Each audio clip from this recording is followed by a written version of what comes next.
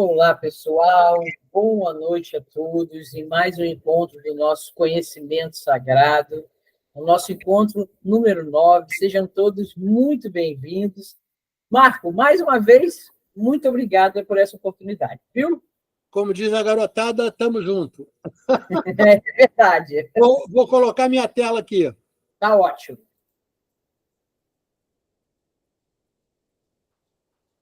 Marcos, Zaira, bem-vindos. Todos vendo minha tela?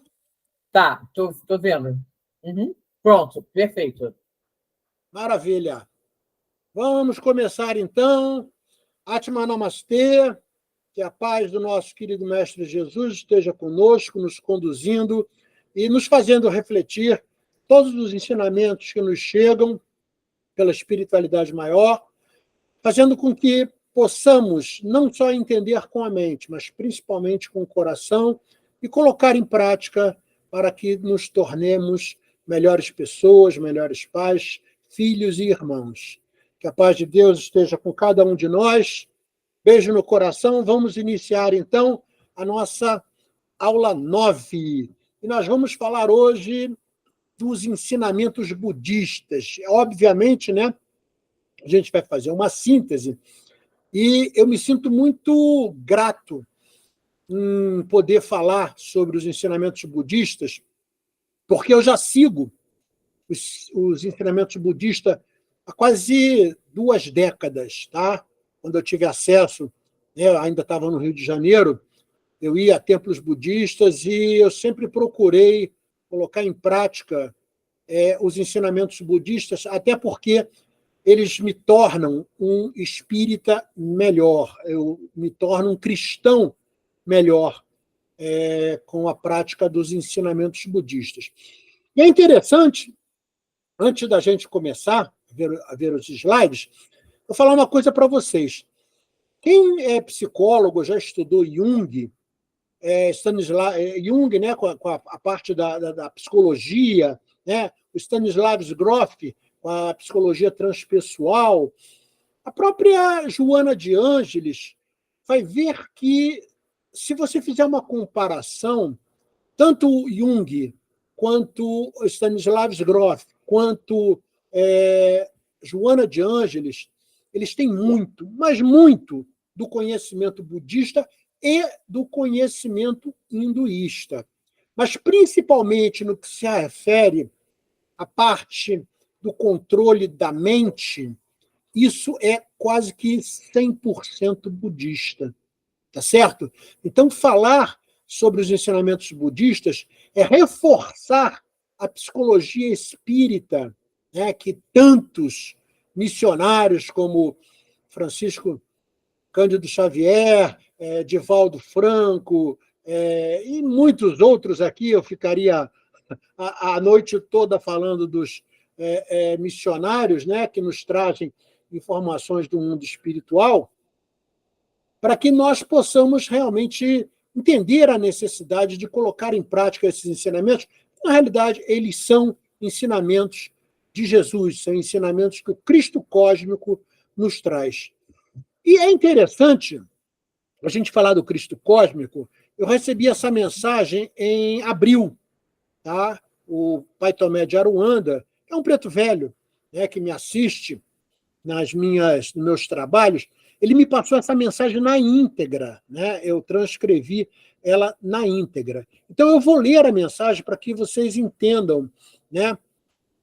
Para que a luz esteja presente em nosso mundo, nos trazendo um novo credo, se faz necessário 2 coisas: autorização do nosso Cristo planetário e planejamento dos detalhes pela espiritualidade superior que hoje nós conhecemos como fraternidade branca. E o que esse planejamento envolve? Primeiro, a escolha do missionário. Tá? Então, como nós vamos falar de Siddhartha Gautama foi escolhido por Jesus, né, com o aval, né, da espiritualidade superior, ou melhor, escolhido pela espiritualidade superior com o aval de Jesus, tá? Que é o nosso Cristo cósmico. Segundo, a escolha do local necessário para o missionário encarnar. Eu até brinco e digo, quando Jesus encarnou, por exemplo, né, ali na Palestina, né, na região toda de Israel, se ele tivesse encarnado, por exemplo, na Índia, ele não seria crucificado. Tá? Então, a escolha tem a ver com a missão. O que esse missionário vai passar? Que transformação ele propõe? Então, a escolha do local é o segundo item do planejamento. A terceira é a escolha do espírito que apresenta as condições de dar à luz a esse missionário. Lembrando o caso de Jesus, né, Maria foi escolhida da constelação de Sírios. Não tinha no nosso sistema solar nenhum espírito que comportasse em carne o padrão vibracional de Jesus. Então, tiveram que fazer, né, um pedido dentro do contexto de relacionamento da fraternidade branca para que Maria fosse a emissária, ou seja, fosse aquela mulher que teria condições de encarnar naquele local planejado e dar à luz a um ser com um padrão vibracional muito grande. Terceiro é a preparação vibratória do local de nascimento. Né? Se você leu Maria, né, é um livro clássico, né, que conta a história da vida da mãe de Jesus, né, quando Maria começou a dar, vamos dizer assim, vida encarnada, né, muitas plantações ao redor de onde ela nasceu começaram a florescer. Eram terrenos praticamente áridos, muito secos, mas praticamente se transmutaram e começaram a dar flores. Então, a preparação vibratória do local de nascimento, tanto do ser que é o grande missionário e o outro ser que vai dar à luz a esse missionário, ambos estão preparados num local preparado. E outra coisa é a preparação das mentes que possam suportar e, posteriormente, registrar os ensinamentos do missionário para as futuras gerações, como foi o caso do Cristo, né? No caso de Jesus, que, posteriormente, 50 anos após a sua morte, é que os 4 evangelistas, entre o ano 50 e o ano 100, começam a escrever e relatar os ensinamentos dele. Então, tudo isso é planejado. Nenhum ser de luz, nenhum grande avatar vem ao planeta sem o planejamento da espiritualidade superior com o aval do nosso Cristo planetário. Ou seja, o nosso Cristo planetário, que é Jesus, ele sempre esteve presente por trás de todos os avatares. Quando a gente for falar do hinduísmo, né, daqui a 2 aulas, muita gente fala que Krishna ele tem o mesmo patamar vibracional de Jesus.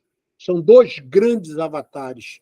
É bem provável que realmente isso aconteça. A gente não tem muitas literaturas que fazem essa comparação, mas as que trazem uma coerência, dizendo que esses 2 avatares fazem parte daquela ordem que, na realidade, como está escrito no livro A Caminho da Luz, gerenciam o nosso cosmo.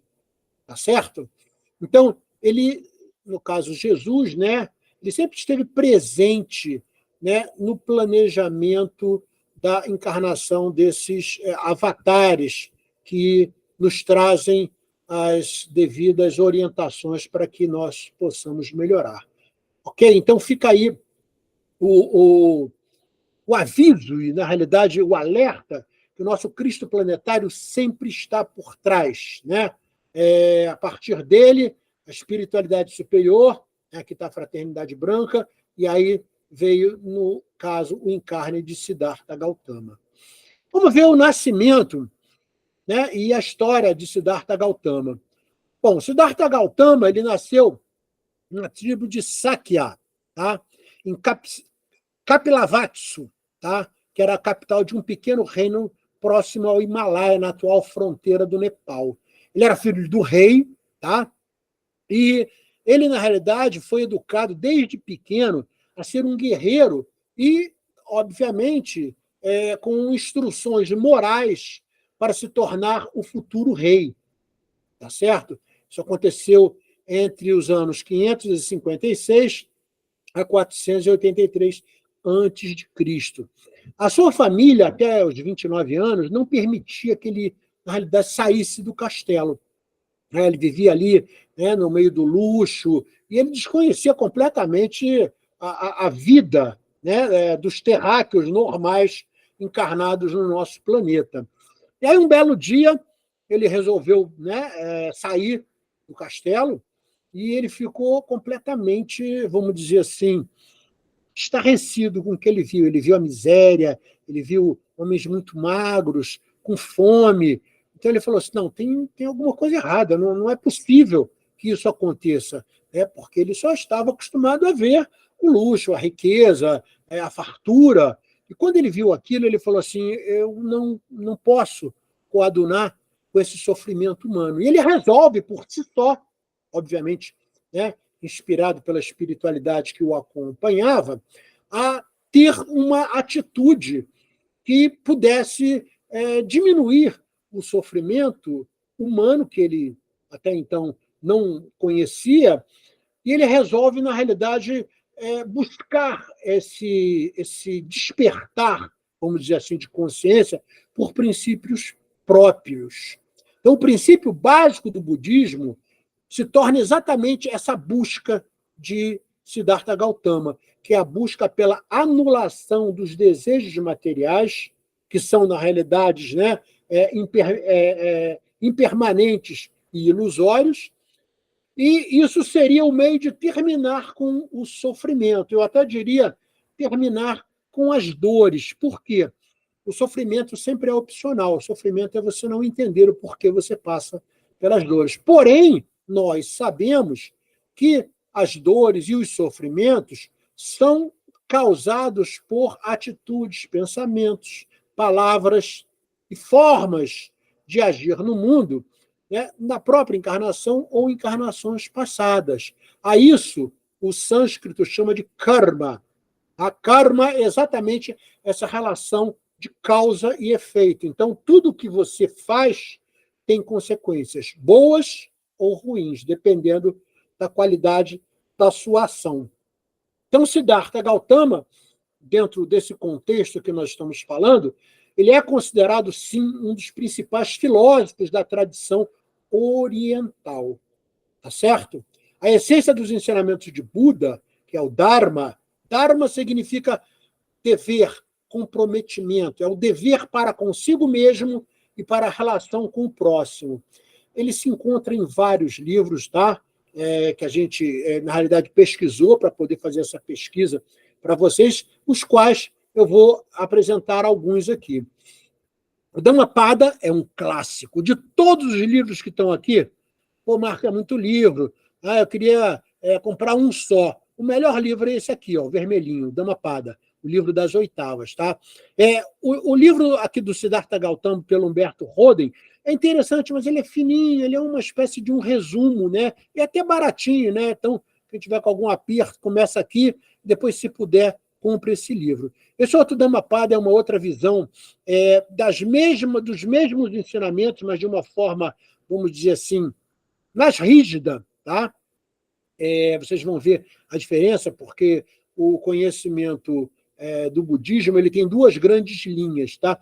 Aqui está como se fosse uma Bíblia que é utilizada nos templos budistas. Eu conheci o budismo através desse livro aqui, a Doutrina de Buda, que está a Natureza Óctupla, que a gente vai falar daqui a pouco. O Sutra de Lótus também, tá? do Nicholas Sereni também, que é bastante interessante. Eu adoro esse livro, né, do Tinachi Hanshi, ou seja, a essência dos ensinamentos do Buda. Ele tem ele abre o livro com uma frase que eu vou botar aqui na frente, que é muito legal. Fala sobre o budismo esotérico desde Helena Blavatsky. Tá?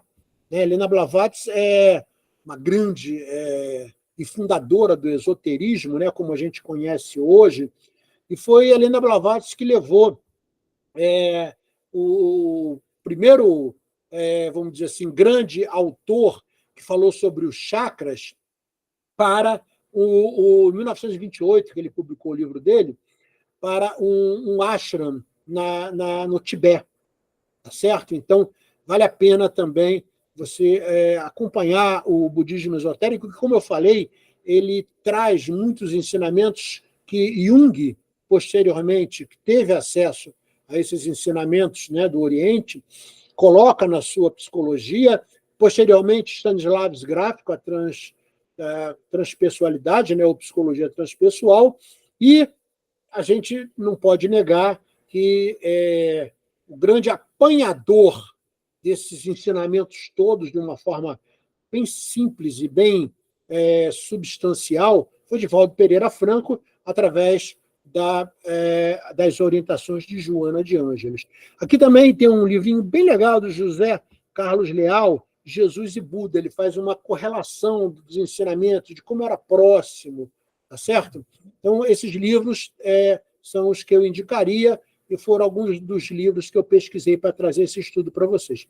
E aqui, ó, o Thich Nhat Hanh, que é exatamente aqui, ó, esse autor aqui, ó, Essência dos Ensinamentos de Buda, ele fala uma coisa que eu acho fantástica, que depois que eu já fazia isso sem saber, mas olha o que ele diz. Há uma compreensão equivocada de que o budismo é apenas uma religião em que você adora Buda. O budismo também é uma prática como a yoga. Você pode ser um cristão e praticar o budismo. Conheci um padre católico que mora em um mosteiro budista na França, e ele me disse que o budismo tornou um cristão melhor. Eu gosto disso. Tá? Isso é o que nós chamamos hoje de libertação religiosa. Ou seja, você não tem que ficar especificamente ligado a um credo só.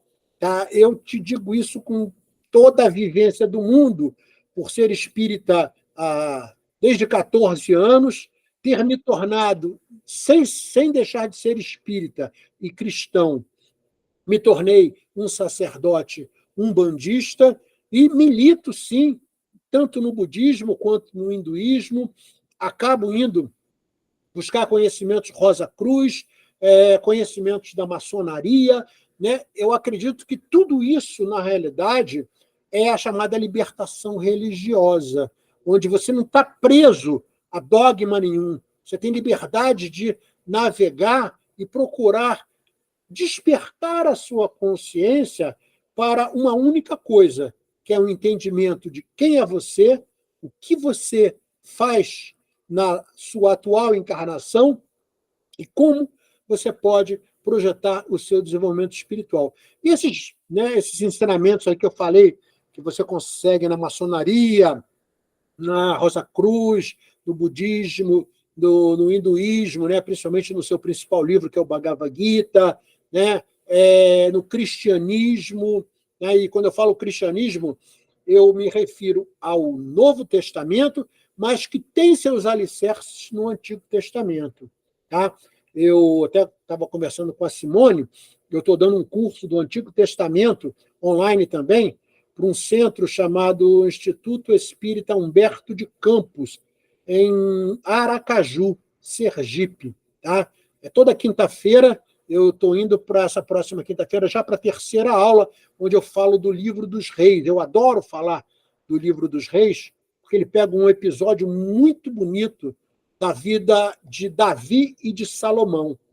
Né? Então, o Livro dos Reis ele abre exatamente, né, quando Salomão, né, filho de Davi, herda o reino ainda unificado, e, posteriormente, com a morte de Salomão, seu filho Roboão não consegue manter o reino de Israel unido. E aí aquela divisão, né, de terra de Judá e terra de Israel. Então, o reino fica dividido. Eu acho essa história muito bonita e está sendo um prazer enorme poder registrá-la, né, através de um curso. Bom, para que vocês possam entender melhor e com mais profundidade, eu fui pesquisar um vídeo que pudesse trazer isso para vocês num tempo curto. Então, eu consegui, depois de muito buscar, que tem muita informação, né, no YouTube, mas eu achei um vídeo que é propício e bem qualificado para explicar para vocês, em 14 minutos, uma história mais completa do que é a história de Siddhartha Gautama. Então, né, aqui está o endereço, eu vou passar para vocês esse endereço pelo grupo de WhatsApp. Então, eu vou colocar o vídeo aqui para que a gente possa deleitar, vamos dizer assim, esses ensinamentos. Difícil é entrar. Não sei o que houve, eu acho que saiu, eu vou ter que entrar nele de novo. Pronto.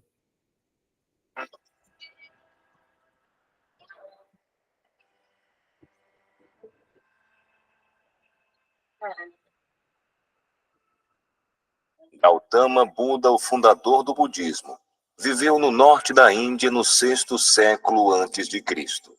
Seu nome pessoal era Siddhartha e seu nome de família era Gautama. Ele foi chamado de Buda após ter atingido a iluminação e realizado a verdade última. Buda significa desperto ou iluminado. Ele se chamava de Tathagata, enquanto que seus seguidores o chamavam de Bhagawa, o bem-aventurado. Outros se referiam a ele como Gautama ou Sakyamuni. Ele nasceu como um príncipe que parecia ter tudo. Teve uma criação luxuosa, e sua família era de uma descendência pura de ambos os lados. Ele era o herdeiro do trono, extremamente belo, inspirador de confiança, majestoso e dotado de uma bela compleição e uma presença refinada. Aos 16 anos, casou-se com sua prima Yashodhara, majestosa, serena e plena de dignidade e graça. Apesar de tudo isso, o príncipe Siddhartha se sentia preso no luxo, como um pássaro em uma gaiola de ouro. Durante as suas visitas fora do palácio, ele viu aquilo que foi conhecido como os 4 sinais. Isso é, um homem velho, um homem doente, um homem morto e um santo recluso. Quando viu os sinais um após o outro, a compreensão veio a ele de que a vida está sujeita ao envelhecimento e à morte. Ele perguntou: qual o reino da vida no qual não há nem velhice nem morte? O sinal do recluso que estava calmo por ter abandonado a ânsia pela vida material deu a ele que a indicação do primeiro passo em sua procura pela verdade deveria ser a renúncia.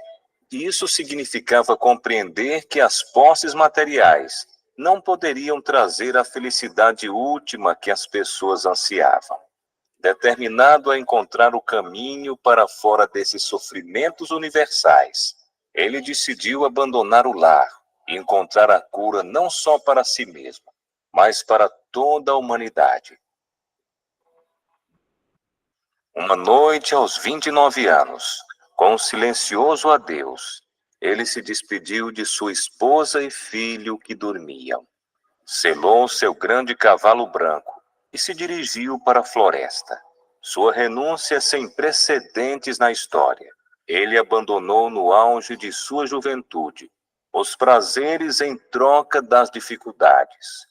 Seguiu da segurança da vida material para as austeridades, de uma posição de riqueza e poder para aquela de uma seta errante, que se abrigava em cavernas e florestas, somente com seu manto esfarrapado como única proteção contra o sol escaldante, a chuva e os ventos do inverno.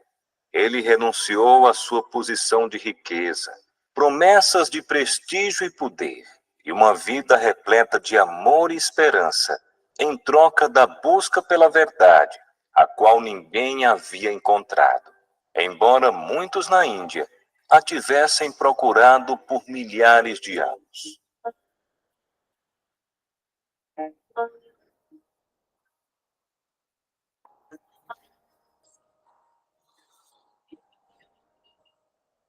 Por 6 longos anos, Siddhartha se dedicou a encontrar a verdade. Qual a verdade ele buscava? Era entender verdadeiramente a natureza da existência, encontrar a felicidade derradeira e imutável. Estudou sob os mais proeminentes mestres da época e aprendeu tudo que tais professores religiosos podiam ensinar. Quando descobriu que não podiam ensinar aquilo que estava buscando, ele decidiu encontrar a verdade por seus próprios esforços. Um bando de ascetas se juntou a ele e juntos praticavam severas austeridades, na crença que se o corpo fosse torturado, então a alma seria liberta do sofrimento. Siddhartha era um homem de energia e força de vontade, e superou os outros ascetas em cada austeridade que praticava.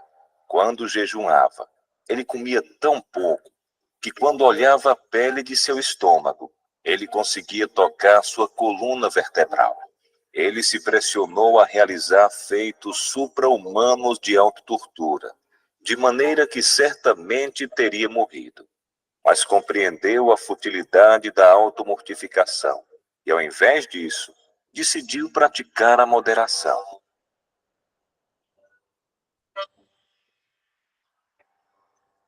Noite de lua cheia no mês de Vessaka, ele se sentou sobre a árvore Bodhi, em Gaia, imerso em profunda meditação. Foi então que sua mente explodiu a bolha do universo material e percebeu a verdadeira natureza de toda a vida e de todas as coisas. Com a idade de 35 anos, ele se transformou de um buscador sincero pela verdade em um Buda, o iluminado. Quase meio século depois da iluminação, o Buda andou pelas estradas poeirentas da Índia ensinando Dharma, de forma que aqueles que ouvissem e praticassem viessem a ser enobrecidos e livres. Ele fundou uma ordem de monges e monjas, desafiou o sistema de castas, elevou o status das mulheres, encorajou a liberdade religiosa e a livre investigação. Abriu os portões da liberdade para todos, em qualquer condição de vida, alta ou baixa, santo ou pecador. Enobreceu as vidas de criminosos como Angulimala e de cortesãs como Ambapali. Ele libertou a humanidade da escravidão religiosa, do dogma religioso e da fé cega. Ele atingiu o ápice em sabedoria e inteligência. Cada problema foi analisado em suas partes constituintes, e então foram reajuntadas na ordem lógica, com o significado tornando claro. Ninguém podia derrotá-lo no diálogo. Um professor inigualável mesmo nos dias de hoje. Ele ainda é o mais proeminente analista da mente e dos fenômenos. Pela primeira vez na história, ele deu aos seres humanos o poder para pensar por si mesmos. Elevou o valor da humanidade e mostrou que os seres humanos podem alcançar o mais alto conhecimento e a suprema iluminação por seus próprios esforços. Apesar da sua incomparável sabedoria e linhagem real, ele nunca se afastou dos simples aldeões. Distinções superficiais de classe e casta significavam pouco para ele. Ninguém era tão pequeno ou baixo que ele não pudesse ajudar. Frequentemente, quando uma pessoa sem casta, pobre e rejeitada, vinha até ele, seu respeito próprio era restaurado e sua vida era transformada de ignóbil para de um nobre ser.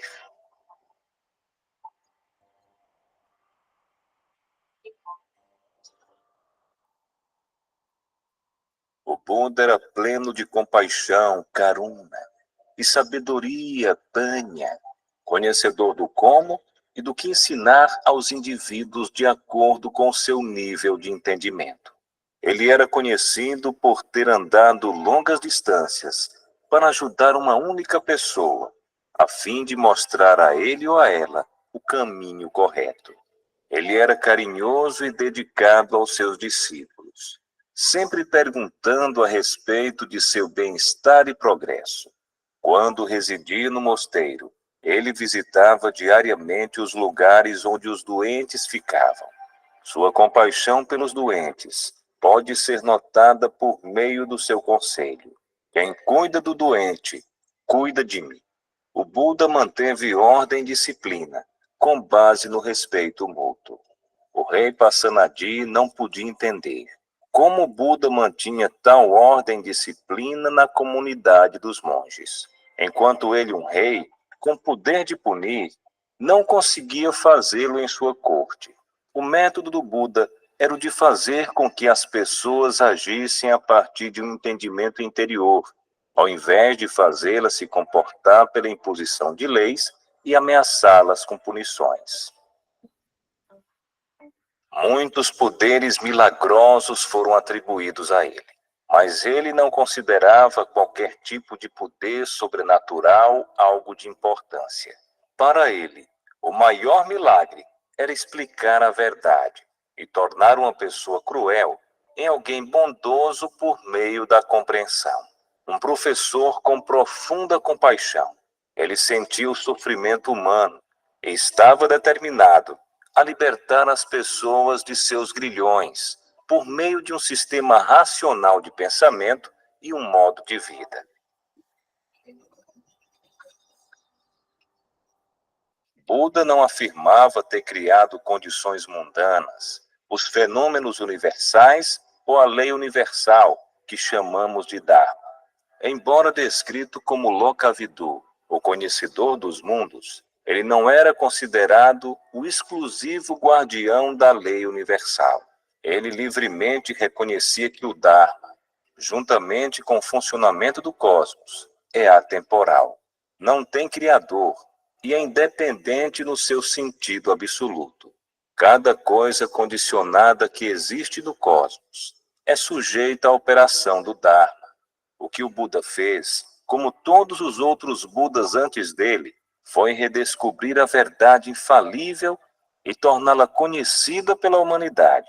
Descobrir a verdade, ele também descobriu os meios pelos quais alguém poderia, de forma derradeira, se libertar da sujeição ao ciclo infindável do condicionamento, com os malefícios que o seguem. No Três Maiores Homens da História, H.G. Wells declara: no Buda se vê claramente um homem simples, devoto, solitário, lutando pela luz, uma personalidade humana vivida, não um mito. Ele também deixou uma mensagem universal à humanidade. Muitas de nossas melhores ideias atualmente se encontram em estreita harmonia com sua mensagem. Toda miséria e descontentamento da vida são devidos, ele ensinou, ao egoísmo. Antes de um homem se tornar sereno, ele deve cessar de viver voltado para os seus sentidos, ou para ele mesmo. Então ele se funde em um ser maior.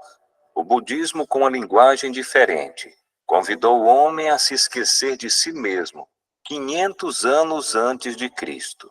De certa forma, ele estava mais perto de nós e de nossas necessidades.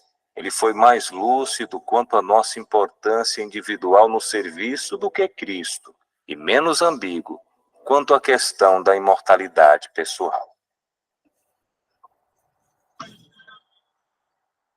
Após 45 anos de ministério, o Buda faleceu.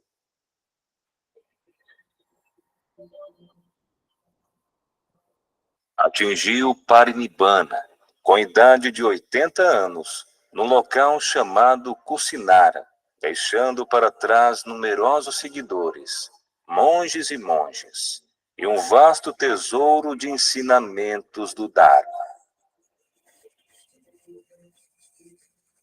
O impacto do seu grande amor e dedicação ainda hoje é sentido.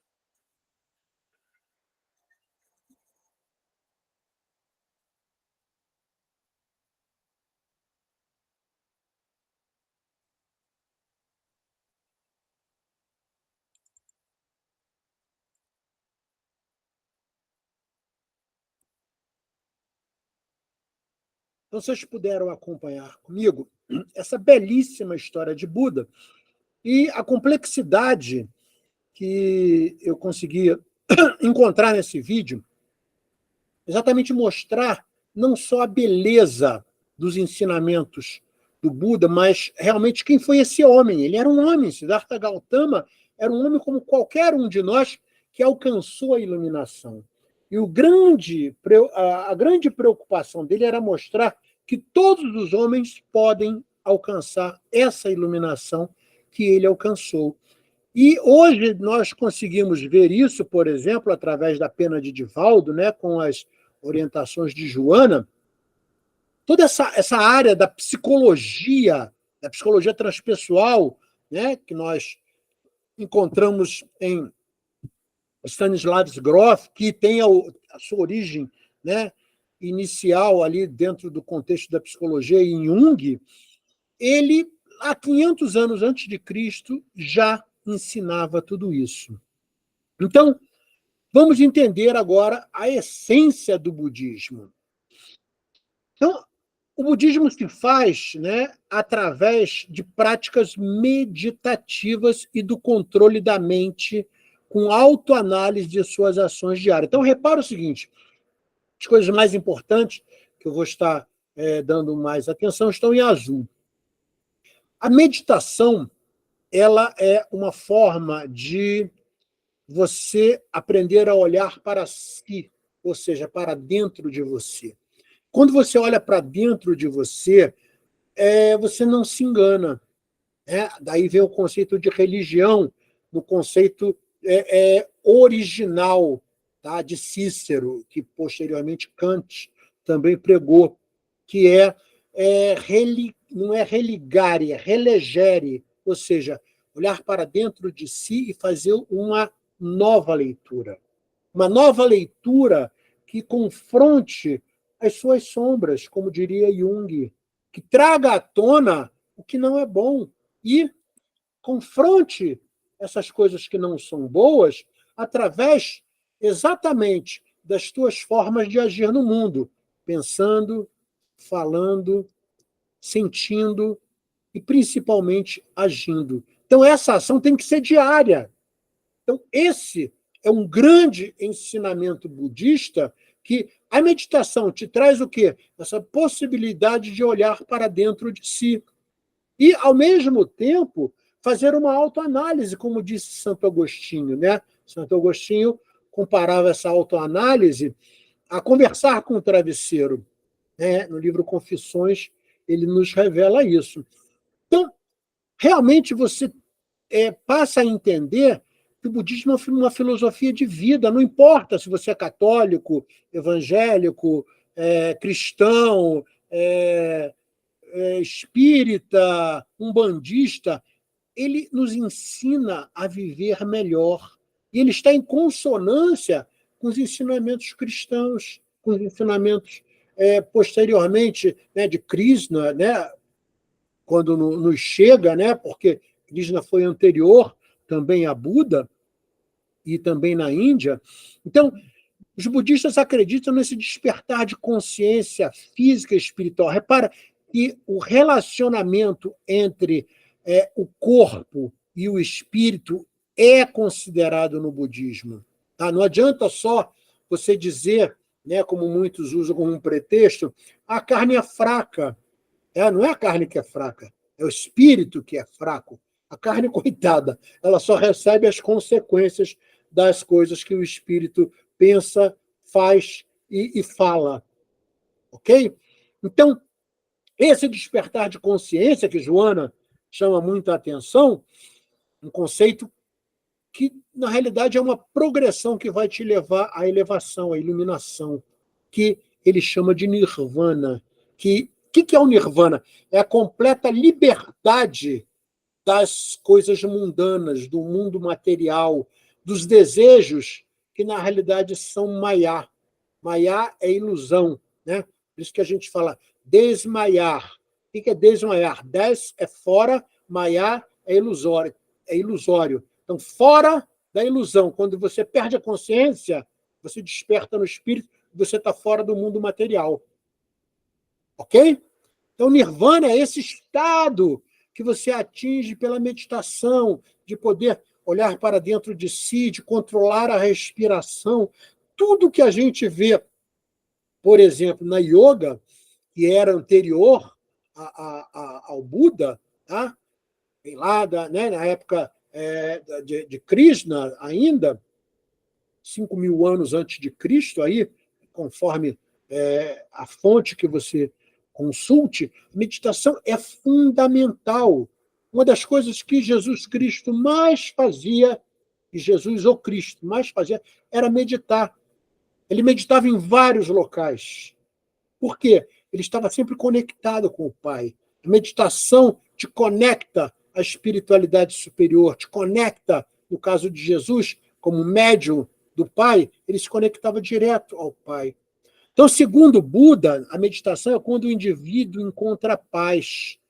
Não a paz romana, ou a paz da atual conjuntura política que a gente ouve, né, de forma totalmente irresponsável pelos políticos e poderosos, mas a paz interior, aquela tranquilidade que não te traz nenhum tipo de oscilação mental, de dúvida, estresse e coisas que hoje são doenças, né, do século XXI. Então, a meditação cessa essas oscilações de pensamentos flutuantes, das emoções desequilibradas, que vão te livrar desse sofrimento do mundo físico. Porque a primeira coisa, né, uma das regras, né, do budismo é entender que, na realidade, todos nós encarnados passamos por dores devido às consequências que produzimos, que tivemos causas em encarnações anteriores. Então, o sofrimento, na realidade, as dores que passamos, tem uma causa. Claro que tem, que são as emoções desequilibradas e as formas de agir no mundo totalmente equivocadas, longe do que nós cristãos chamamos de leis de Deus. Então, atualmente, o budismo é uma das 10 maiores religiões do mundo. Tá? E você vai encontrar no Sri Lanka, vários locais, né, no Tibete, onde é uma prática muito, muito praticada. E uma coisa que vale a pena vocês pensarem e refletirem sobre isso, o budismo não crê em um Deus ou qualquer ser supremo. Eu acredito que isso veio à tona e Buda realmente trazia esse ensinamento. Por quê? Porque as pessoas, né, 5 séculos antes do nascimento do nosso Mestre Jesus, eram muito arraigadas, né? Continuam sendo até hoje, a crenças que têm dogmas. Né? Então, tudo você busca em Deus. Deus me ajuda a comprar um carro novo. Deus me ajuda a ter isso, comprar um apartamento novo. Né? Então, o Buda vem mostrar o seguinte, olha, é o teu próprio esforço. E esse esforço é o autoconhecimento. Então, a doutrina budista é belíssima, eu te digo como praticante há muitos anos. Então, pensem sobre isso, porque você pode continuar sendo católico, umbandista, espírita e praticar os ensinamentos budistas, porque eles são em consonância completa com o que nos ensinou nosso Mestre Jesus. As principais crenças do budismo são: o caminho para a libertação do sofrimento do indivíduo está na autoconsciência. O ciclo de encarnação e reencarnação ele vai se repetir, a chamada roda de Sansara, enquanto nós não buscarmos esse despertar de consciência para um processo não só meditativo, mas principalmente nessa busca de iluminação. A filosofia aplica a lei do karma, pregando que todas as ações geram consequências, boas ou más, para esta ou outras encarnações. O budismo ainda ensina que o indivíduo é capaz de descobrir as raízes e as causas do seu sofrimento ao controlar sua mente. A gente costuma dizer que a mente é um corcel selvagem que dificilmente você consegue botar uma sela nele, mas você tem que ficar tentando. Né? Ou como diria um outro ditado, né? A mente é como se fosse um urso totalmente selvagem e irritado dentro de uma loja de cristais. Blá, blá, blá, blá, derruba tudo, quebra tudo. Né? A mente é muito cuidosa. A mente se ocupa com coisas que, na realidade, são pretéritas. Por isso é que a apometria se tornou uma grande forma de tratamento e, se houver merecimento, cura. Por quê? Porque essas mazelas estão arraigadas no perispírito. Elas tornam condicionantes para a sua mente. Se você não entrar num estado de despertar de consciência para modificar e domar a sua mente, você vai repetir o que você fez nas últimas encarnações, perdendo a oportunidade de melhorar a cada encarnação.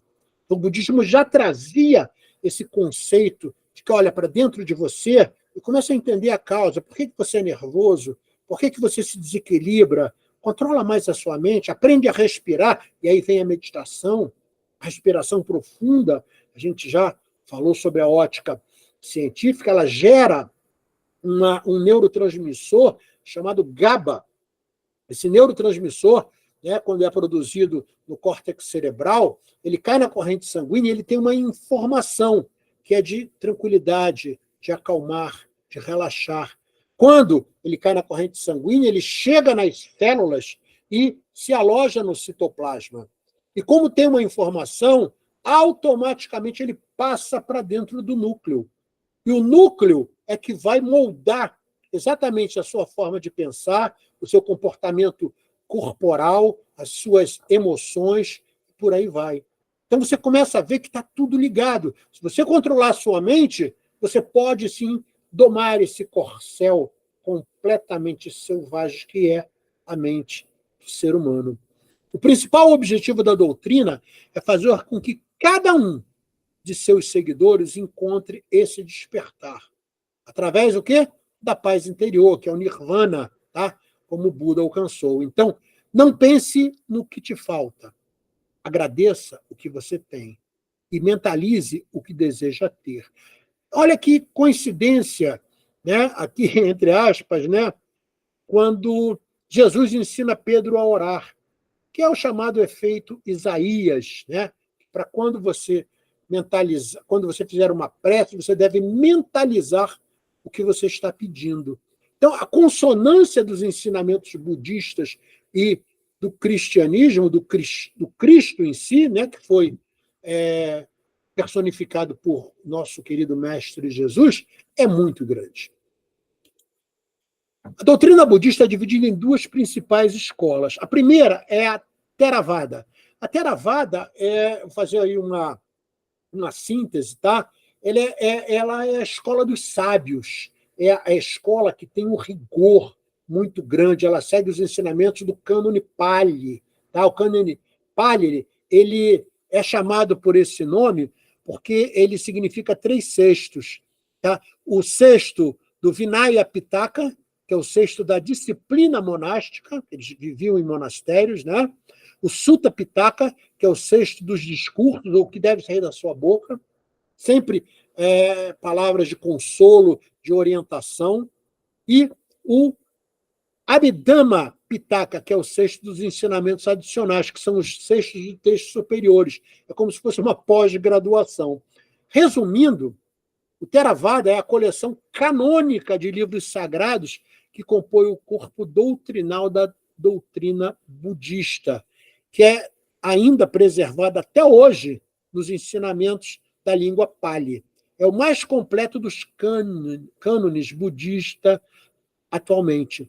É praticada principalmente no Sri Lanka, na Tailândia, no Laos, no Camboja e no Mianmar. Então, repara, quando você se propõe a ser, né, um budista pela escola Theravada, você está querendo se tornar um monge, certo? Então, normalmente as pessoas não começam pela escola Theravada, tá? Porque a escola Theravada é para aquele que já tem uma certa compreensão do budismo e precisa, sim, de uma disciplina mais rigorosa, monástica, precisa aprender a ter o discurso de forma normal, habitual e corriqueira, para que as palavras que saiam da sua boca não tragam apenas orientação, mas tragam também consolo, e o sexto dos ensinamentos superiores. Por isso, né, o cânone Pali, né, que é chamado né, também chamado, né, de Tipitaka, Tripitaka, né, ou os 3/6, traz esse ensinamento que é mais rigoroso. E a grande maioria tem acesso ao Mahayana. Mahayana é o caminho para muitos, é uma tradição viva para todos. Tá? Então, eu até hoje continuo no Mahayana, tá? Que é uma forma de você moldar as coisas que você faz no mundo. Então, o Mahayana, né, ele é a maior, né, das escolas, tá, budistas. Eles existem hoje em todos, praticamente, locais do planeta, mas eles são principalmente, a origem deles é no budismo tibetano, tá? O Zen, o budismo da Terra Pura, que, na realidade, são vamos dizer assim, as escolas que dão a origem a todo esse disseminar do ensinamento budista. Essa abordagem mahayana, ela enfatiza principalmente as 4 nobres verdades. Marco, o que são as 4 nobres verdades? É quando o Siddhartha Gautama sai do castelo e ele começa a entender o que é a vida no planeta Terra. Então, ele vê o quê? As dores da alma. Essas são as verdades, as nobres verdades, as 4 nobres verdades que ele falou. Ele vê o sofrimento humano, né? E ele vai entender, puxa, mas de onde vem esse sofrimento? Ele começa a ver que esse sofrimento está arraigado ao contexto de ignorância, por nós não entendermos a necessidade de libertação dos desejos mundanos, que são ilusórios e impermanentes. A terceira grande verdade é que o nirvana, ou seja, o processo de iluminação, ele é demorado. Ele não é da noite para o dia, porque ele precisa de uma disciplina, principalmente a disciplina da mente. Mas ele pode ser alcançado por qualquer pessoa. Não importa se ela é boa ou má. Qualquer pessoa que olhar para dentro de si, um conceito de relegere, e falar assim, eu quero seguir esse caminho. Então, Buda dizia o seguinte, olha, para você que busca a iluminação, para você que quer chegar ao nirvana realmente, você tem que seguir o caminho óctuplo, que é representado por esse timão aqui, né? Timão por exemplo, de um navio antigo, de um barco antigo. E esse nobre caminho óctuplo, ele abrange a moralidade, que eles chamam de sila, a meditação, que é o samadhi, e a compreensão intuitiva, que é o olhar para dentro de si, que é o panã. Então, sila, samadhi e panã é que vão dar a você esse caminho óctuplo. Traduzindo, ou seja, moralidade lembra o quê? Reforma íntima. Meditação, aprender a lidar com você mesmo, olhar para dentro de si, refletir o que você não está fazendo de forma correta, a forma que você não agiu corretamente ou não falou alguma coisa corretamente com alguém. Então, a meditação, que é essa busca do silêncio interior, como diz o ditado, quando o homem cala, Deus fala, ela é fundamental. Né? Os grandes ensinamentos cristãos, na realidade, não falam muito sobre a meditação, mas se você olhar o comportamento de Jesus, uma das coisas que ele mais fazia era meditar. Né? E a compreensão intuitiva, ou seja, acreditar na tua intuição. Até porque a intuição, normalmente, quando você está no caminho, né, da busca da moralidade, da transformação moral, da meditação, ela começa a receber influências de inspiração. A inspiração, o nome diz, é quando algo de fora te passa para dentro. Tá certo? Então, é o espírito que passa a você uma inspiração e, posteriormente, essa inspiração é passada durante o sono, por exemplo. E, posteriormente, quando você encarne, né? Ou seja, incorporado dentro do contexto material, você tem aquela reflexão intuitiva, puxa, eu acho que eu vou fazer dessa maneira, acho que essa maneira é melhor. Na realidade, aquilo, às vezes, na grande maioria das vezes, é um reflexo da inspiração que recebeu de um amigo espiritual ou do seu próprio mentor. Então, o que significa esse caminho óctuple, que é a roda do Dharma. Você sempre deve agir no mundo, lembrando que Buda faz esses ensinamentos baseados para o homem comum que vive no planeta Terra. Então, você sempre deve buscar a palavra correta, nunca buscar a palavra que fere. Mesmo que a palavra que fere, às vezes, né, uma verdade, pode ser, mas ela não pode ser tratada como o que a gente chama de sincericídio. Ah, mas eu fui sincero. Mas você não soube usar a palavra correta para falar de uma coisa que era extremamente delicada para a outra pessoa. Então, a gente não tem esse direito de magoar ou ferir a outra pessoa, mesmo que nós estejamos fazendo um caminho, vamos dizer assim, de verdade. Então, pense no que sai da sua boca, como diria o nosso mestre Jesus. Não é o que macula o homem, não é o que entra pela boca do homem, e sim o que sai da boca do homem. Então, primeira coisa que Buda fala é a palavra correta. Segundo, a ação correta. Agir causa consequências. Quando você age de forma correta, você, na realidade, está fazendo o teu Dharma. Né? Dharma é o dever e o comprometimento que você tem para consigo mesmo, dentro de um conceito de moralidade, para levar o outro a um caminho que você gostaria que você fosse levado. Né? Como diria o nosso mestre Jesus, não faça ao outro aquilo que você não gostaria de sofrer. Né? Estou aqui fazendo uma adaptação das palavras do mestre. Vida correta, ou seja, os meios de ganhar a vida, tem que ser meios honestos. O esforço mental correto, ou seja, aqui significa disciplinar a mente. Não deixar que o teu cérebro reptiliano tome conta das tuas ações.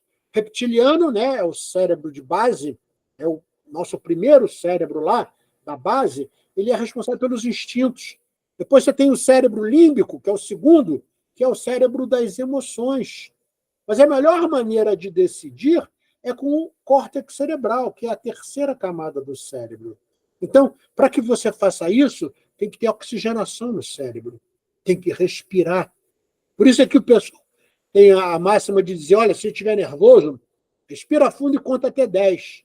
Porque se você deixar imediatamente as suas emoções, você vai xingar, né, o próximo.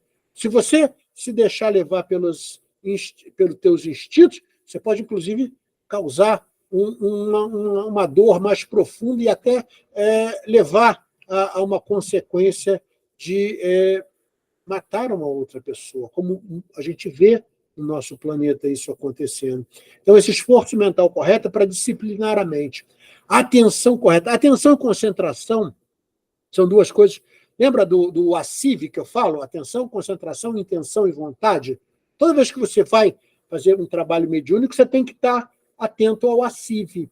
A atenção correta é você não prestar, vamos dizer assim, não deixar os teus sentidos olhar para uma coisa que, na realidade, não te traz nenhum tipo de ganho espiritual. Então, fique atento ao que realmente interessa para o teu desenvolvimento espiritual.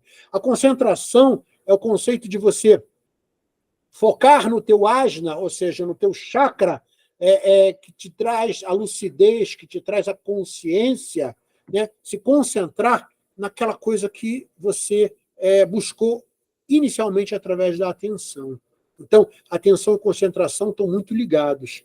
Pensamento correto. Lembra de André Luiz, no livro Mecanismos da Mediunidade, que ele diz que você é, ou você se torna o que você pensa? O pensamento correto é também muito interessante a gente repensar sobre o que você pensa, porque o que você pensa, você plasma. E se você plasma, na realidade, é um risco, um trisco para você sair do pensamento para a ação ou para a própria fala. Então, disciplinar a mente significa também estar atento, como diria o nosso mestre Jesus, orai e vigiai. Então, o vigiar é vigiar seus pensamentos. O que você anda pensando? É uma coisa que te leva a um desenvolvimento espiritual? É uma coisa correta, como diria Siddhartha Gautama, o Buda? E a compreensão correta, ou seja, nunca analisar as coisas pela ótica que, por muitas vezes, ele chega. Né? A palavra hermenêutica, né? Que é você olhar um fato por ângulos diferentes, e cada ângulo que você olha, às vezes você cria uma própria verdade, uma verdade específica, dependendo do ângulo que você olha. Então, isso leva à compreensão correta. Analise todos os ângulos. Nunca tome uma decisão olhando apenas de um ângulo. Verifique o todo. Faça o conceito 360 para que você possa realmente chegar a um senso comum que te traga como base a moralidade para que a sua compreensão seja realmente correta. Então, está aqui, né, essa roda do Dharma, ela gira numa velocidade dependendo da forma que você age no mundo. Né? Então, esse é o chamado nobre caminho óctuplo do budismo. As bases do budismo, das duas principais escolas, na realidade, trazem 3 refúgios, ou 3 tesouros, como, né, o próprio Buda chamou, que são os 3 bens mais valiosos do budismo. Primeiro, o iluminado. Todos reconhecem Buda como grande mestre, ou seja, ele é o exemplo, aquele que proporcionou para nós ensinamentos que devemos seguir, como realmente também foi, né, e principalmente foi o nosso mestre Jesus. Então, você não consegue seguir o iluminado de forma aleatória, ou acreditando, eu vou aqui fazer isso um pouquinho. Não. Você tem que centrar, ter atenção, concentração, para começar a buscar e trilhar esse caminho de transformação moral. Tudo começa com a sua transformação moral. Foi o nosso primeiro curso que eu dei no GRESC, que foi o curso de reforma íntima, porque ele é a coisa mais importante para o início dessa busca de iluminação. O segundo é entender que o Dharma são os comprometimentos que você assume e os deveres que você assume para consigo mesmo, para o seu progresso espiritual, e, principalmente, como você lida com o outro, o relacionamento humano. Então, esses ensinamentos que Buda nos trouxe, eles, na realidade, revelam exatamente essa necessidade, né, que a gente tem na frase, não faça ao outro o que você não gostaria que lhe fizessem. Então, saber se colocar no lugar do outro, tudo isso faz parte do Dharma, ok? E o Sangha, que é respeitar as regras da comunidade que você vive. Não adianta você querer acreditar que você vai mudar o mundo. Tá? O mundo muda a partir do momento que você muda, lembra? Né? Quem é que falou isso aí? Nosso querido indiano. Quem foi? Lembra? Não vou falar para vocês lembrarem quem falou isso. Magrelinho, lá na Índia. Tá? É o corpo que forma a comunidade budista, ou seja, os monges, as monjas e seus seguidores. Então, esse Sangha, ele não se refere especificamente, quando você lê mais sobre o budismo, ele não se refere especificamente à comunidade de monges, ele se refere entre a relação dos seus seguidores. E aí você vai lembrar Jesus, que falou o quê? Os outros conhecerão os meus discípulos através do amor que eles lidam entre eles. Então, o amor é a grande energia que deve reger uma comunidade. Nós vamos chegar um dia que os, entre aspas, poderosos vão começar a entender isso, porque atualmente os poderosos são extremamente egoístas, orgulhosos e ainda não entenderam que existe uma comunidade. Quando eu falo comunidade, ela não é só a comunidade planetária. Existe uma comunidade entre os orbes e entre as galáxias. Nós somos seres interplanetários. Nós somos ETs. A grande maioria de nós não veio obrigatoriamente do início do planeta Terra, né, como originários, vamos dizer assim, desse orbe. Muitos de nós viemos de outros orbes, de acordo com a nossa própria evolução, que nós fazemos pelas formas de agirmos no mundo. Essa base dá as forças necessárias para aceitar aquilo que não pode ser mudado e encontrar a energia necessária para agir naquilo que pode ser ajustado. Isso é um ensinamento budista. Ok? Então, você vê aí, né, muitos psicólogos, né, a própria Joana de Ângeles, né, tem citações muito parecidas, mas a origem disso é budista. Ok? E aí você lembra do nosso querido Francisco de Assis, que nos trouxe tantos ensinamentos que sabemos que em encarnações passadas, posteriormente, se tornaria Allan Kardec e, posteriormente, Chico Xavier. Ok? Já falamos disso quando vimos os conhecimentos que o Espiritismo nos traz. O processo de elevação espiritual do Buda. Nós podemos verificar que nos primeiros 6 anos ele buscou o quê? Austeridade. Então ele estava lá, vocês viram no vídeo, né, buscando alteridade, ele era o mais severo consigo mesmo. E ele viu que aquilo ali não levava a lugar nenhum.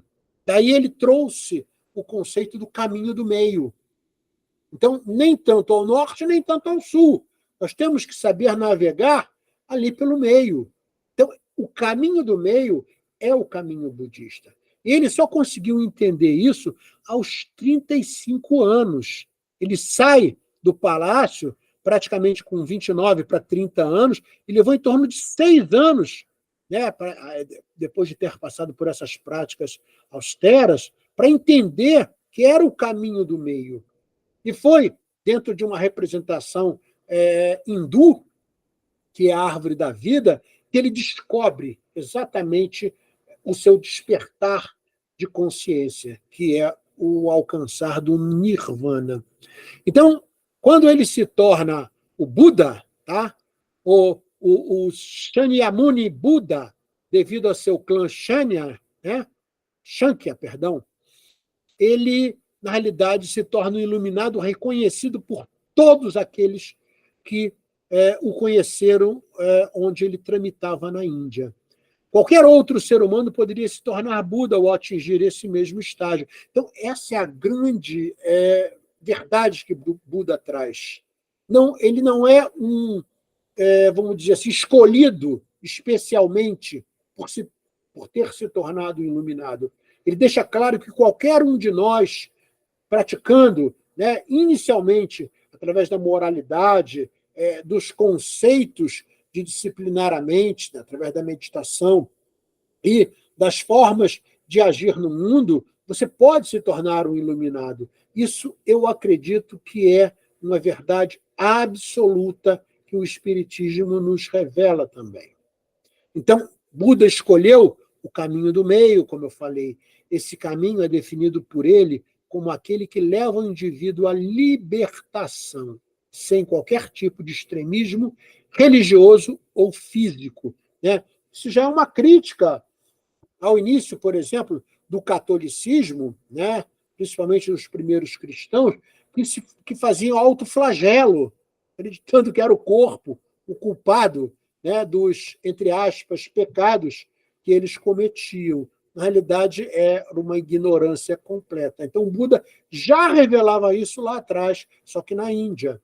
Né? Como eu falei para vocês, se Jesus encarnasse na Índia, ele não seria crucificado. E não daria o exemplo necessário a um povo extremamente orgulhoso que já trazia essa mazela de capela. Tinham o povo que acaba formando a nação israelita, eles já vieram na primeira leva de capela, e eles eram extremamente orgulhosos e acreditavam que eles eram superiores, era uma raça, vamos dizer assim, privilegiada. Daí você consegue entender, né, o meu Deus é mais poderoso que o seu Deus. Eles não conseguiam entender ainda, né, esse conceito monista, não monoteísta, monista. Monismo é o Deus que está em mim, está em você e permeia tudo que ele criou. né? O monista acredita que existe um Deus. O espiritismo é muito mais monista do que monoteísta. Por quê? Porque o conceito de imanência, o conceito, né, de estar presente na sua própria criação, o conceito de ser onisciente, isso é o conceito monista. Então, o espiritismo, por exemplo, ele é muito mais monista do que monoteísta. Ok? Característica do budismo, tá? As principais. Primeiro, é uma religião, tá? Mas no conceito do religare, não do religare. Ok? É considerado uma filosofia, porque os ensinamentos do Buda são voltados para a vida, né? Nossa, que a gente vive no dia a dia. Qualquer ser humano é capaz de alcançar a iluminação. Buda diz que todos os seus ensinamentos, ou seja, o Dharma, está disponível para qualquer pessoa. O budismo utiliza a meditação como forma de autoconhecimento, que está ligado ao quê? Ao religare, olhar para dentro de si, buscar as respostas que você procura, às vezes, no mundo efêmero, completamente maiá, ilusório, você não vai encontrar. Você só vai encontrar olhando para dentro de si. Por isso que a meditação é fundamental. E para fazer o conceito de meditação, você tem que aprender a respirar para gerar aquele neurotransmissor que eu comentei com vocês alguns minutos atrás, que é o GABA, né? Para trazer um relaxamento. E a partir do momento que você relaxa, você baixa a tua frequência Hertz, você sai da frequência beta, que é entre 14 e 21 Hertz por segundo, e vai para a frequência alfa. A gente até falou para vocês, ninguém entra em estado meditativo ou num transe mediúnico no estado normal, que é o estado beta. Você tem que, no mínimo, baixar para o estado alfa, até para que possa haver aproximação do seu mentor ou dos seus guias espirituais. Então, tudo isso faz parte do conhecimento budista. Então, olha a riqueza dessa religião, olha a riqueza dessa prática que, né, o Nietzsche compara ao yoga. Né? Yoga vem da raiz yudi, que significa aquele que é jungido a. É muito parecido com a relação da raiz grega Christó. Christó, que vai levar no latim ao Cristo, é aquele que é jungido a Deus. Tem o mesmo sentido num paralelo a yudi, que leva ao yoga. A verdadeira yoga. Yoga não é ficar fazendo asanas, posições difíceis. Não, isso não é. Isso é um tipo de yoga. A yoga verdadeira é aquela que busca pela meditação o autoconhecimento. Isso tudo começa com a respiração. Ok? E a filosofia budista não condena ter bens materiais e riquezas, mas ela diz que o sofrimento está no apego a esses bens e a vontade insaciável de querer além do que você já possui. No budismo, a prática do bem é importante devido ao conceito de karma, onde o Buda dizia que toda ação gera um karma para esta ou outra vida. Diferente, como muitos pensam, a yoga não é uma prática originada no budismo, é o que eu falei. Ela é muito mais antiga, ela vem do hinduísmo. Certo? Quando a gente for falar do hinduísmo, a gente vai poder ver isso com mais, vamos dizer assim, detalhes. O significado dos símbolos no budismo. Então, os 8 símbolos, né, esperançosos do budismo tiveram origem ainda na Índia, tá? Até porque Buda, né, Siddhartha Gautama, era indiano, ele nasceu na Índia, né? E estão presentes até hoje, tá? E são perpetuados nos mosteiros, nas escolas budistas, principalmente nas tibetanas. Eu te diria que de todo o budismo, talvez o mais sagrado, entre aspas, tá? Seja o budismo tibetano, que é exatamente o budismo que o próprio Jung teve acesso, o Stanislavs Grof, e a nossa querida Joana de Ângeles. Então, se você olhar e estudar o budismo tibetano, você vai ver que existe uma consonância muito grande do que, né, esses 3 que eu citei falam e ensinam com os ensinamentos budistas.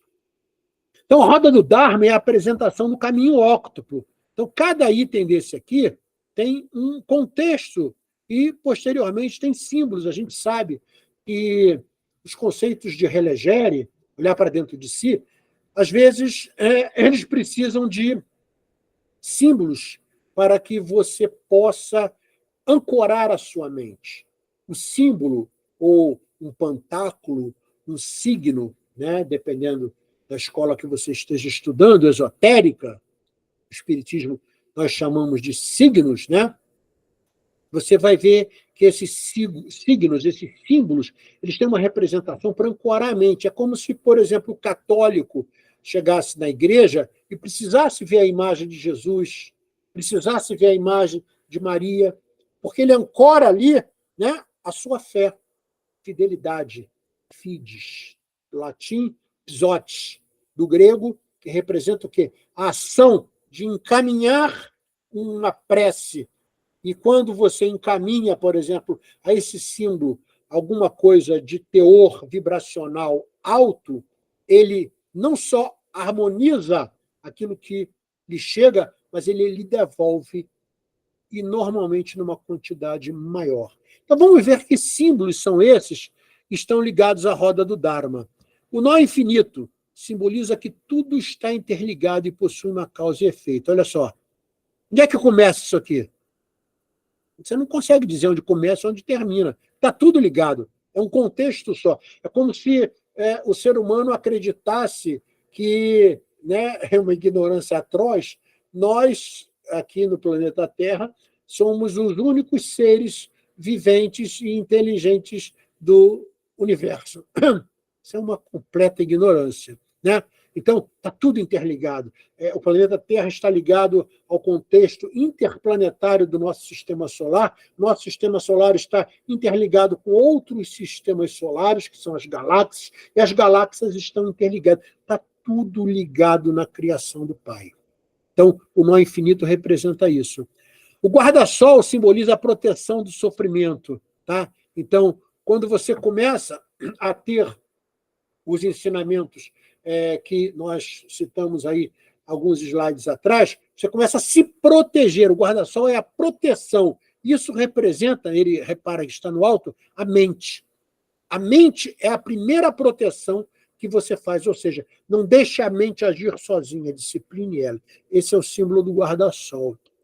Então, repara que todos eles têm uma simbologia muito inteligente e que nos traz um ensinamento. A flor de lótus, a gente sabe, né, ela é o maior símbolo, não só do budismo, tá? De toda a filosofia oriental, praticamente. Ela representa o ser humano, que tem suas raízes em sofrimentos e insatisfações, que é o caule, mas que pode alcançar a iluminação. Lembrando que a flor de lótus nasce na lama. Puxa vida, a lama é representada pelo corpo humano, que tem mazelas, né, que traz consequências de vidas pretéritas que passam ao duplo etéreo chega ao corpo físico, nos trazendo doença. A flor de lótus representa exatamente essa libertação, é como se a lagarta virasse borboleta. É a representação da flor de lótus. A concha simboliza o som do Dharma, ou seja, tem que ecoar na sua alma. Quando os ensinamentos do Buda começam a ser internalizados por você, ele tem que ter um eco. Esse eco vai se refletir aonde? Nas suas atitudes, nos seus pensamentos, na sua forma de falar, na sua forma de sentir, na sua forma de compreender as limitações do próximo. Esse é o símbolo que representa essa possibilidade de eco do Dharma que você traz quando bota os ensinamentos do budismo em prática. Os peixes dourados representam a capacidade do indivíduo de ser livre, sem medo de mergulhar no seu sofrimento para entender suas raízes. É o que diria Jung, né? Se você não afrontar as suas sombras, você nunca vai, na realidade, buscar a luz. Então, você precisa trazer a sua sombra e confrontá-la e disciplinar aquele defeito moral, aquele vício. Então, o peixe dourado representa essa capacidade que nós temos de nos tornarmos livres, de nos desapegarmos das coisas que a gente acredita que são completamente importantes, e eu estou falando de coisas materiais. O homem passa a vida toda querendo ganhar dinheiro para poder comprar os seus bens, e aí daqui a pouco ele tem uma doença e tem que vender tudo para poder buscar sua saúde. Nós somos seres contraditórios. Então, o peixe dourado mostra isso, essa capacidade que você tem de se libertar. Tá? Agora, depende de quê? De você. O vaso é o símbolo da abundância, ou seja, quando a gente fala, por exemplo, quando a gente estuda, né, na teologia, o conceito de Deus, num conceito, vamos dizer assim, que é comum em todos os credos, você vai ver que em todos os credos existe o conceito de abundância. Abundância de quê? De conhecimento espiritual, de possibilidades de renovação, de possibilidades de transformação. Isso, na realidade, está dentro de nós. A gente tem que saber só descobrir onde está e deixar aquilo aflorar. Essa é a abundância que o vaso representa. Ou seja, você tira a tampa do vaso e deixa fluir. Faltando 7 minutos. A bandeira da vitória simboliza a conquista da sabedoria de Buda sobre a ignorância, que todos nós podemos alcançar. Essa é a bandeira da vitória, que é exatamente não vencer no mundo, vencer o mundo. É diferente. Tem gente que busca a vida toda vencer no mundo. Isso é ilusório, efêmero, totalmente sem constância. Nós devemos buscar o autoconhecimento para vencer o mundo, nos libertarmos dos apegos, trazermos à tona nossas mazelas, encararmos elas de frente, discipliná-las. Reforma íntima é o começo de tudo. Diferença entre o budismo e o hinduísmo. Teremos mais uma aula do budismo e depois vamos falar do hinduísmo, mas é interessante você já começar a entender. O budismo e o hinduísmo são duas tradições religiosas e filosóficas que surgiram na região da Índia. Qual é a grande diferença? O budismo não cita a necessidade de consciência em um ser supremo. E o hinduísmo já busca isso. Ok? Então, a grande diferença, né, para vocês saberem, é que o hinduísmo tem um alicerce num ser supremo. E o budismo diz que ele não chega a afirmar isso, tá? Mas quem estuda com mais profundidade entende que esse ser supremo está dentro de nós, é o nosso Atman, a nossa centelha divina. Então não busque no céu uma coisa que está dentro de você. E aí vem o relegere. Olha como está tudo ligado. Tá certo? Por isso que o budismo, principalmente na época em que Siddhartha Gautama se torna o iluminado, ele trazia essa antítese, essa contrariedade de buscar a compreensão em tudo que acontece em Deus. Não. Você tem que entender que é você que é o causador, você é o protagonista da sua própria história. Essa é a grande diferença entre o budismo e o hinduísmo. O que diverge do conceito de igualdade entre os seres defendido pelos budistas são essas práticas do hinduísmo que fazem culto a deuses, né? Tem vários deuses, vocês vão ver isso no hinduísmo, que na realidade representam forças. É igual quando você fala, por exemplo, dos orixás. Os orixás não são personagens, são forças que estão presentes em cada um de nós. Né? A força da fé, a força, vamos dizer assim, do você guerrear com você mesmo, né? Que é o conceito de Ogum, a força da energia, da iluminação, que é de Oxalá. Então, você vai reparar que todas essas crenças que nós poderíamos citar, elas trazem esse conceito dessa energia, desse poder que cada um de nós, que na realidade ele vamos dizer assim, setorizado, mas na realidade fazem parte de um todo. A diversidade leva à unidade. Ok? Bom, a gente aqui, aí nesses últimos minutos, vamos apenas dar referências para vocês, né, sobre o budismo. Ele chega no Brasil em 1908, tá? E aqui né, foi principalmente a imigração japonesa que trouxe, né, e aqui eu cito, né, alguns aqui em São Paulo, em Cotia, eu já tive oportunidade de visitar esse templo, ele é lindíssimo, tá? Os templos do Lai. Outros, né, que tem em Cotia também já visitei esse templo. Esse de Cabreúva eu nunca fui, mas também é muito belo, né? Esse templo da Torre de Miroco, né, que é Ribeirão Pires, esse de Tapecerica da Serra. Quer dizer, eu citei alguns aqui em São Paulo, né? O Centro Budista Tibetano, que é aí no Rio de Janeiro, tá certo? Na Estrada dos Bandeirantes, que eu frequentei muitas e muitas e muitas vezes. Eu muitas e muitas vezes fui lá, na época eles tinham cultos, né, no sábado, eu ia todo sábado de manhã. Tem esse templo aqui, né, no Espírito Santo, que é belíssimo, olha o tamanho dessa imagem do Buda, né?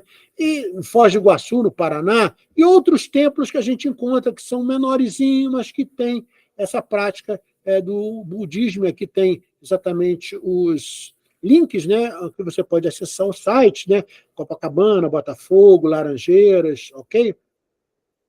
Os ensinamentos do budismo, na minha concepção, estão muito bem descritos no Dhammapada, que vai ser alvo do estudo da nossa próxima aula. Vou falar especificamente no livro das oitavas, que é o Ataka, e o Dhammapada, que é o caminho da lei. Então, nós vamos pegar alguns ensinamentos do Buda e refletir sobre ele. Então, isso vai ser alvo da nossa próxima aula.